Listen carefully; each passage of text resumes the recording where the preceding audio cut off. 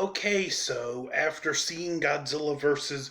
Kong in theaters on Friday, coming home and immediately rewatching it on HBO Max, and digesting the movie for a few days, how do I feel about it? Flawed but entertaining movie. I can kind of see in places where people wouldn't like this movie, and it's a movie that's definitely saved in the third act with some annoying characters, but people don't go to these movies for the characters anyway. But I will say there's this podcast character that I found really annoying, and he feels like a Michael Bay character. You know how every Michael Bay movie has that one over the top, oh my goodness guy? That's this guy. The whole Godzilla crew, for that matter, all of their inclusion in the movie was just an afterthought, and it felt like they just barely found something for Millie Bobby Brown to do for the point where she almost didn't need to be in the movie. Another negative is the music. It just Bear McCreary's music from Godzilla King of the Monsters was sorely missed.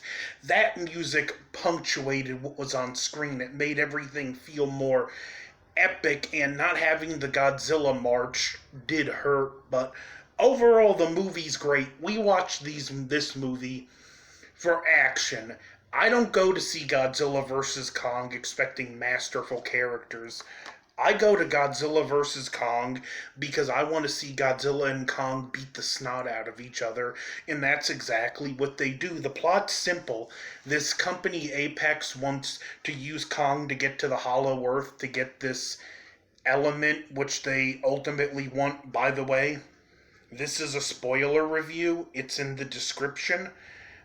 So I'm just getting that out now because I'm getting into spoilers. They want something to power what, surprise, surprise, turns out to be Mechagodzilla. The movie begins with Godzilla attacking an Apex facility in Pensacola, Florida, and there is what would be one of Mechagodzilla's eyes there, and I kind of get the feeling, does Mechagodzilla have an orca on him, and is that what drove Godzilla nuts? That's kind of what I feel like, even though it's never stated. We meet the Kong crew, who, just to touch up on characters briefly, a guy who's with Monarch. There's a woman with Monarch who adopted the last survivor of the tribe that lived on Skull Island, and she has a bond with Kong. We even see she communicates with him via sign language, and he manages to convince her to get Kong to do this. And they transport Kong on boat. The first time Godzilla and Kong fight is in the water, and Kong's at a disadvantage, heavily sedated, being in the water. We still get some great moments, especially them on the aircraft carrier, and then when Kong's just beaten and gasping for breath and they shut off the power of the boat, Godzilla chooses to spare them and Kong. I seen some people talk about Godzilla's really the villain in this movie. I'm like, no, Godzilla is a force of nature. A force of nature can cause both good and bad to happen. He's never been anything more or less. Just in the past couple movies, he's been the hurricane that puts out the wildfire. But eventually we get to Hollow Earth with Kong being transported by air, great reference to the original Godzilla vs. Kong. And it's all cool how they pass through Hollow Earth. There's this gravitational barrier where, like, gravity is reversed. I will say, seeing this scene in the theater, there were so many bright lights when the gravity was reversed, it actually hurt my eyes. And when we see the inside of the Hollow Earth, it's pretty impressive. There's mountains and like lakes in the sky. There's bits of floating rock. It just looked really cool and impressive. We get to see glimpses of some of the other creatures that live in Hollow Earth, and listen, it's just a visually impressive sequence. Eventually, we get to this, like, throne room where Kong finds this battle axe that may or not be made out of the spines of one of Godzilla's species, and we see what looks like a Godzilla skull, but it's much bigger than our Godzilla, so it leaves the question, how big can these Godzilla creatures get? And this axe draws power from being so close to the radioactive core. While this is going on, Godzilla shows up at Apex headquarters in Hong Kong, and when he senses Kong is below him, he uses his atomic breath to drill a hole into the atomic earth, and when he sees Kong, he roars, and I feel like he's saying, "Come on, fair fight. You're not at a disadvantage this time. Hit me with everything you got." And this is where it really saved the movie, because at this point I was buying into everything, and it was just so much fun. Kong climbs out of the hollow earth. They beat the living snot out of each other, and we see how smart Godzilla is. He sees that this axe gives Kong an advantage, and every chance he gets, he tries to take the axe out of the fight, and Kong keeps coming at him, and they're beating each other, clawing each other, slamming each other into buildings, and they don't hold back. It's what I wanted this fight to be. And it's amazing. It's one of those fights where no matter who you're pulling for, you don't want the other to die, because you're like, you're both too important and you both need to live. I was more or less, I don't care who wins. I just want there to be a good fight, but once this fight started, I was like, come on, Godzilla, get him! And it's just a fight that has to be seen to be believed. Eventually, Godzilla wins the fight, but not before Kong gets some good hits. He uses the axe to block Godzilla's atomic breath. We can see it absorbs the energy which comes in later. But eventually Godzilla gets Kong on the ground and he starts crushing into his chest with his foot.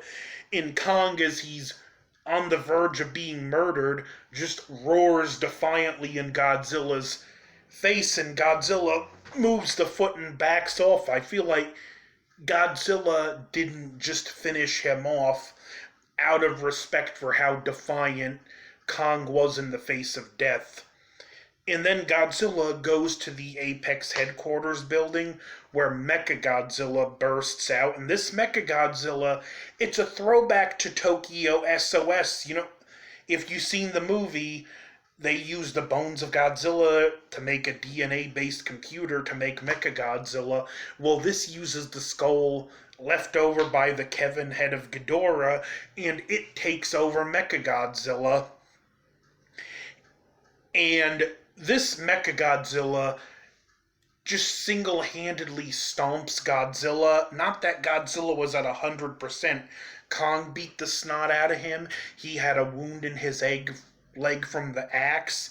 And meanwhile, Kong's dying, so they use the vehicle that transported them into the Hollow Earth, because it produces a strong electrical current to jumpstart his heart, and the girl communicates with sign language telling Kong, Godzilla's not the enemy, that is, he needs your help. And because of the bond they have, Kong trusts this girl, and as Mechagodzilla's about to use Godzilla's finishing maneuver, the kiss of death, Kong jumps up, pulls his head back, and that cutting laser just goes into the sky, and we have Godzilla and Kong join forces against Mechagodzilla. And at this point, I'm ready to jump out of my seat. This fight is awesome, but Mechagodzilla is so powerful, even together, they can't take him.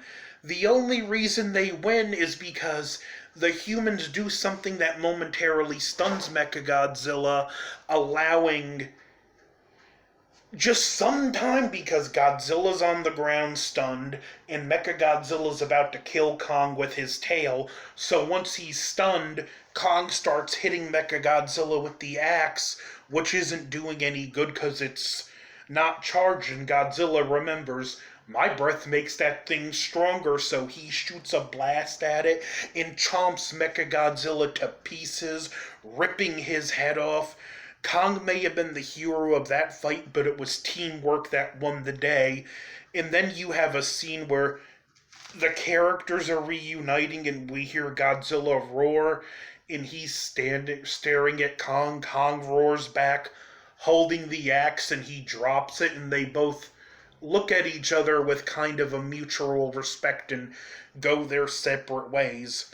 Kong gets to be king of the Hollow Earth, Godzilla gets to be king above. And it's a great way to end it. I want more MonsterVerse films. I want to see both Godzilla and Kong in more movies. I want to see a Mothra standalone, maybe even a Rodan where he battles Mechagodzilla, but that's all up in the air. I'd even like to see Bagan finally put in a film or a new version of Destroya, but the way this film ended, it was in such a way where if the MonsterVerse ends here, it's a good finale. It feels like a sense of closure, but at the same time, there's room for more. I'm gonna go A plus with this film, even though I feel the third act saved it. It was that good and it was that thrilling that I enjoyed it. Like I said, I seen it in the theater, came home, put it on HBO Max, and watched it again. If you're a Godzilla or Kong fan, you're gonna love this movie. It pays huge amounts of respect to both characters, so Godzilla vs. Kong, must see. Like, share, comment, subscribe, over and out.